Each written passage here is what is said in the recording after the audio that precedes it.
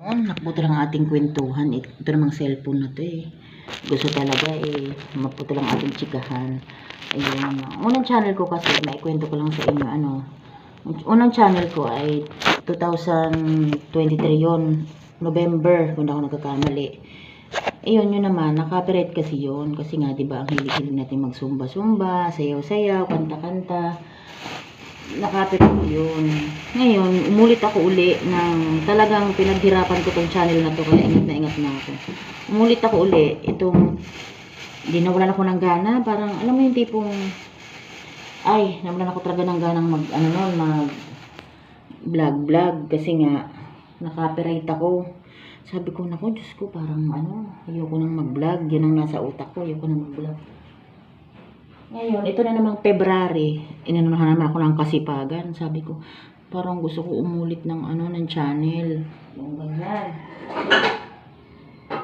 Yun na nga, umulit ako ng channel, mga ka-baby loves ko. Umulit ako. Alam mo, magsimula talaga ako sa as in, wala talaga. Gusto, ang subscriber ko talaga ay, kaya yung subscriber ko na 1,111 mahigit ngayon, pinaghirapan ko talagang buuin yun. Sa totoo lang, ang tagal kong binuo yun. Mula February hanggang May ata yung binuo ko. February, March, April, May. Parang 4 months ko din siyang binuo. Kasi yung sa isang channel ko, binuo ko yun ng isang lang halos, isang buwan lang. Talagang swerte yung unang channel ko. Swerte talaga siya. Kasi binuo ko siya ng isang buwan lang. Dami kong subscribers, mga 405 yung subscribers ko doon. Kasi, di ba nga, may dating app ako na akala naman nila maghahanap ako ng jowa, di nila alam, naghahanap lang ako ng subscribers doon. Pasensya na ha, naging totoo lang ako. Pero, malay mo naman, makakin tayo doon ng jojowain. Naks.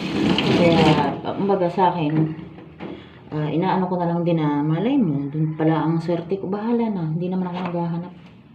Wala naman akong balak na, maghanap, at saka di, wala naman akong balak na mag-asawa. Ewan ko ba, parang, bahala na. Yung ko magsalita ng tapos, pero kontento na ako sa buhay ko. Parang okay na ako sa ganito, na okay kami ng boss ko, na nagkakaintindihan naman kami, yung mga needs dito sa loob ng kasi provide naman niya. Wala naman kami problema. Totoo lang. Kaya yung mga tao dyan na nakikialam na nakikisaw-saw, wala naman kami problema ng boss ko. In a good term kami. Pag umuwi siya rito, nag-usap kami tungkol sa mga kailangan dito sa bahay. Iniiwasan din namin na mag-away na kasi hiwalay na kami. Ayoko nang nag-aaway pa kami. Kaya iniiwasan ko yun. Pero minsan, aminin ko, meron din kami mga maliit na bagay na napag-diskusyonan. Pero parang siya rin, umiiwas na rin sa ganun. Ganun din naman ako. Kasi alam mo kung bakit. Kaya kami naghiwalay kasi ayaw na namin ng nagkaka-argumento pa kami. Yun. Kaya kung baga sa akin,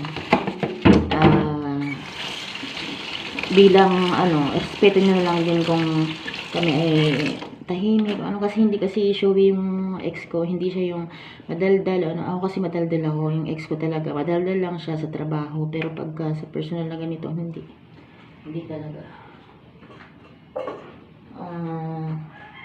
Yung ex ko kasi ay workaholic yun, kaya siya naman yung respeto ko, ayoko naman na babasusin ko siya na ganun-ganun, kasi ang katwiran ko naman,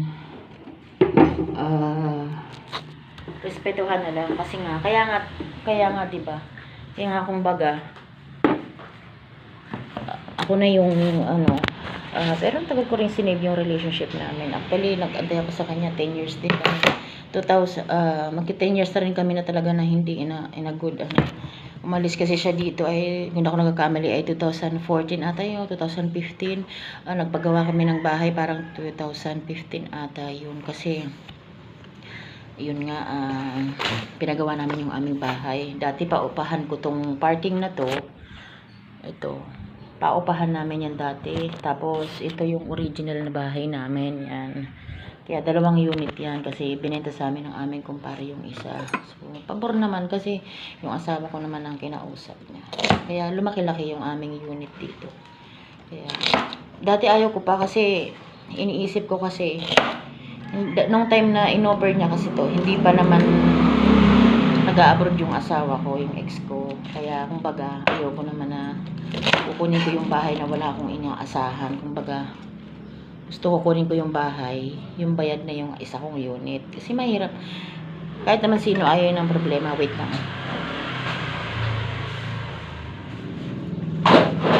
Kahit sino ayaw naman ng problema. Kaya, kumbaga, takot pa akong kunin dati yung ano. Pero dahil kinausap niya yung aking boss, yung aking ex, kinausap naman ang kumpare naming pulis, nagkasundo sila sa presyohan. Ayun, nagpirmahan na lang kami ng papeles, ng ganari-ganari, nagpanotaryo kami. Katunayan na itong unit na to ay nabili namin. Kaya sa awa ng Diyos, malapit ko na itong mabayaran. Nasa 30 plus na lang ang aking balanse dito. Kaya thank you Lord, makakaraosin tayo.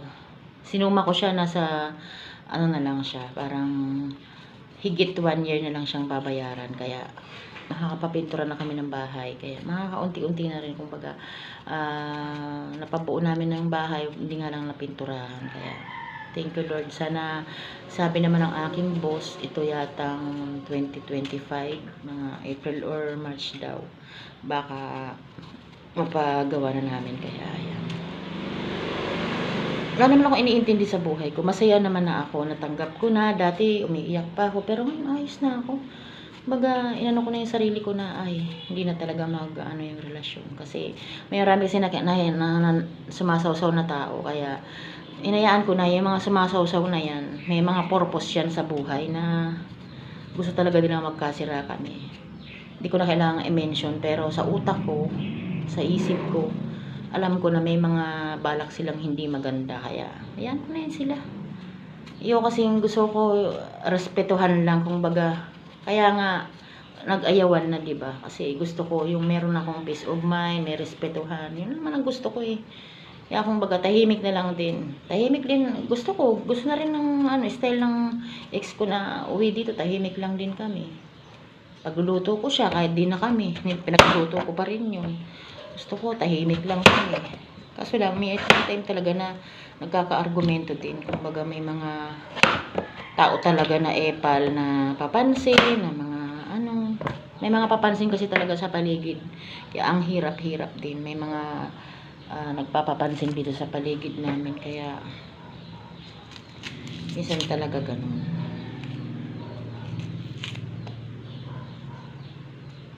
Naisalan ko na yung aking yung aking nilaga. Bali, meron akong pangpansit dito. Magpapansit tayo pang breakfast. O kaya merienda. Kaya magpapansit tayo ng konti lang. Meron kasi ako dyan ingredients. Meron akong kompleto yan. Kaya gagawin ko, imbis na ipang pinang birthday ni Alex yan, pang breakfast na lang. Kasi nga para ito yung hindi kasi dumating yung aking mga ibang kumare, gawa ng natuloy nga ang swimming nila. Dapat nga kasama ako doon sa San Pablo. Ito yung dapat sa birthday ni Alex. Ito. Tsaka bihon na lang muna tayo. Ayan. Bihon tayo. Para kunin ko na yung gulay ko dito sa ref. Para natin.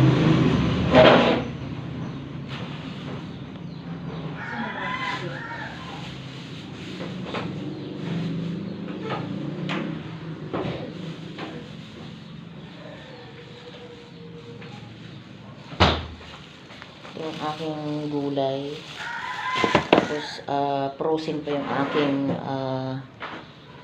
aking manok. Kaya wait lang, gawa tayo ng wait lang.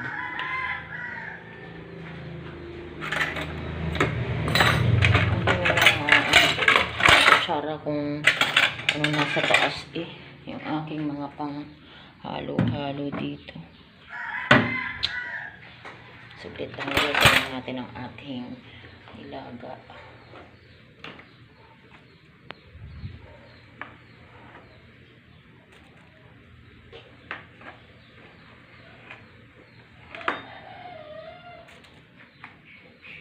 Marami kaming kanin. Initin ko muna kasi ito yung kanin namin, ang dami. Initin ko muna siya. Saka na ako magsasaing kasi bawal magsayang. Mahal ang bilihin. Hindi ako nakakuha ng Kuha pala ako ng ano dito eh. Limutan ko. Kuha ako ng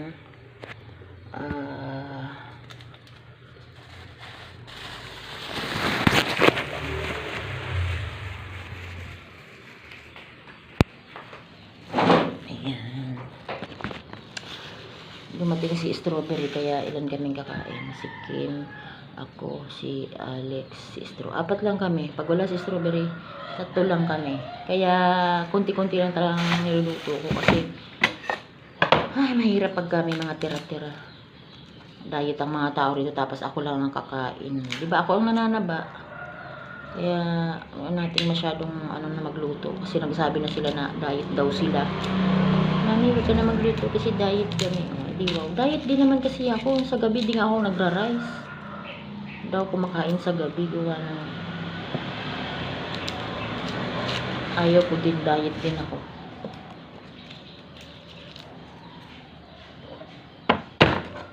Diba? Bawang.